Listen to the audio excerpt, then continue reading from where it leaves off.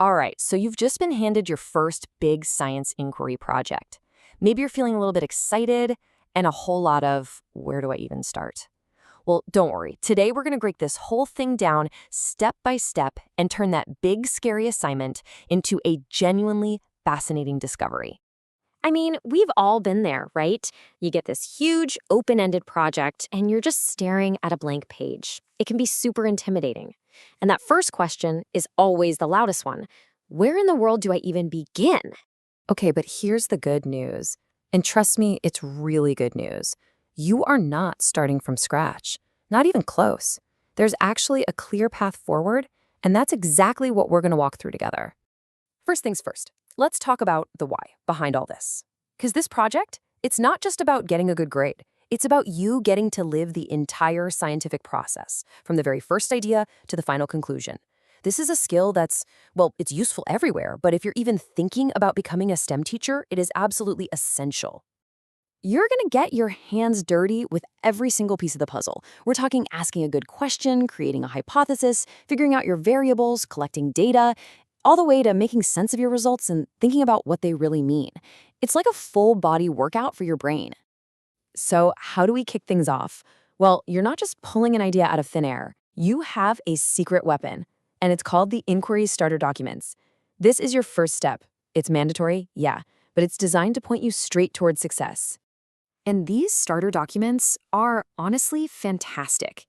They give you the foundation you need, a topic, some background info, even a list of materials you can easily get. So your job isn't to invent an experiment from nothing. Your job is to bring your curiosity to the table. And the topics are seriously cool.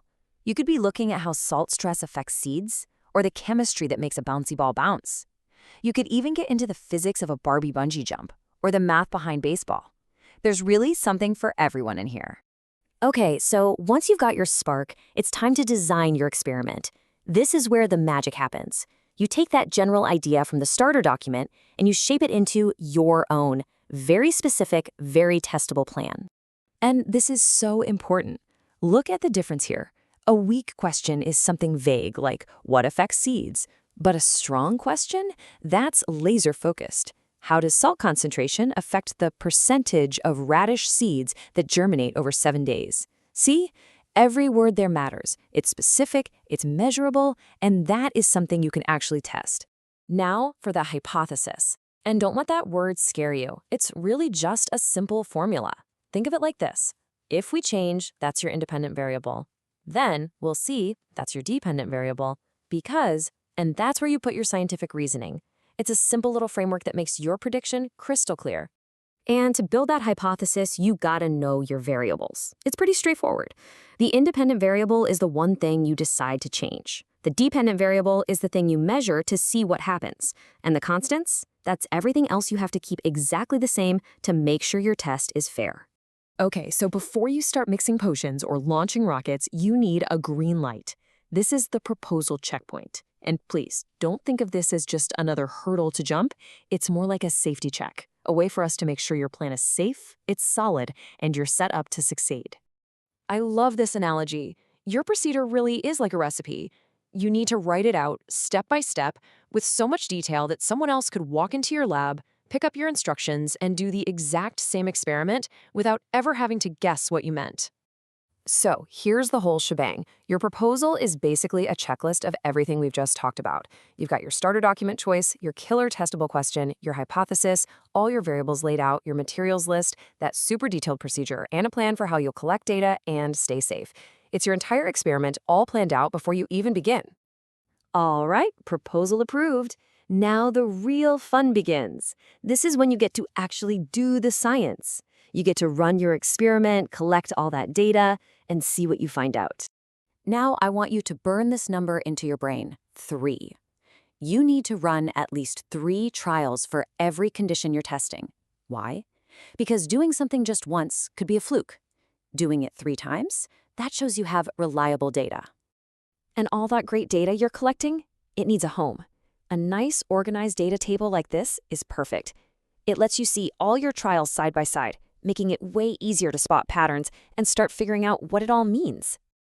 Okay, last big piece, the formal lab report. And look, I know that sounds intimidating, but it's really not.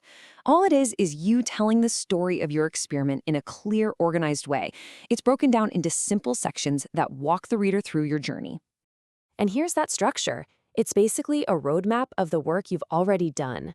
You start with your question, add some background, lay out your hypothesis and procedure, then you show your data and wrap it all up with your conclusions. See? Each part just flows logically into the next, telling your complete story.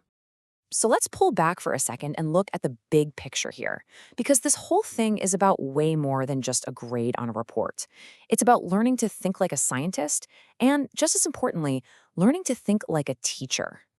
And this is maybe the most important takeaway of all. The goal here is not perfection. It's not about your results perfectly matching your hypothesis. You know what? Real science is messy. Sometimes things go wrong or you get a surprise. The real goal is to design a good experiment, to be honest about what you find, and to learn and grow from the whole process. So there you have it. You've got the roadmap, you've got the tools, you know the whole process from that first little spark of an idea all the way to the final report. The only question left is, what are you gonna discover?